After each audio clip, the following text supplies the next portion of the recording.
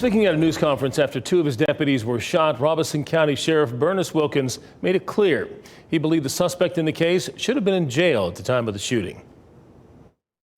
But had this guy been locked up where he's supposed to be, yes, our jail is full, but I can make room for a murder suspect. I have never seen it in such a way where murderers are walking around in this county like they are. There are dozens that are doing it right now. New at 6, WRAL Investigates is looking into how often suspected murderers are given bond. How many accused murderers are let out in our neighborhoods. Sarah Kruger shares what she found and lawmakers' efforts to keep violent offenders in custody.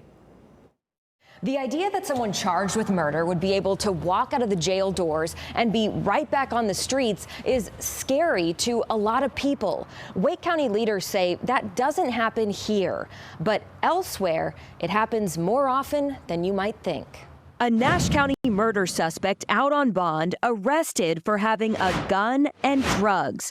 In Rowan County, a released murder suspect charged with shooting up an apartment complex just yesterday. The examples show the situation in Robeson County was not an outlier. In your experience, how often does that happen, that someone charged with murder gets released on bond? I mean, we all have a few that are. Daniel Meier is a defense attorney in Durham. Durham has a lot more out on bond than a lot of other counties. The WRAL Investigates team went through court records and found more than 20 people charged with murder in Durham who are not listed as being in the jail. In Cumberland County, officials say of 100 people charged with murder, 17 are out on bond. In Orange County, it's 3 out of 15. In Chatham, 4 of 11. A lot of the key is, why are you out of custody? I mean, if they set the bond at $1 million and you post it, there's not a whole lot you can do to stop that.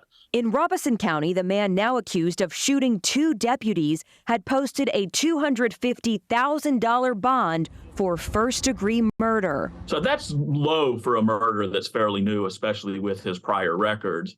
But, we don't know if the state, there may have been real shaky evidence. Under North Carolina law, those charged with first-degree murder can always be denied bond by a judge.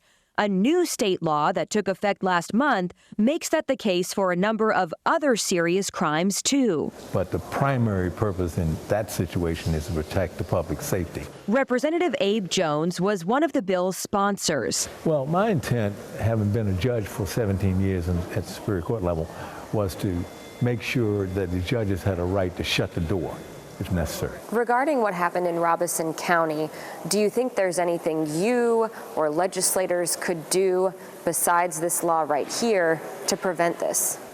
No, I don't think so. He says it's up to prosecutors to make a strong case about why a judge should set no bond, or at least a substantial one. The WRAL Investigates team reached out to about 20 counties in our area, asking them how many first-degree murder suspects are out on bond. We're still waiting to hear back from a number of them, but here in Wake County, the district attorney told us that number is 0. Sarah Kruger, WRAL News, Raleigh.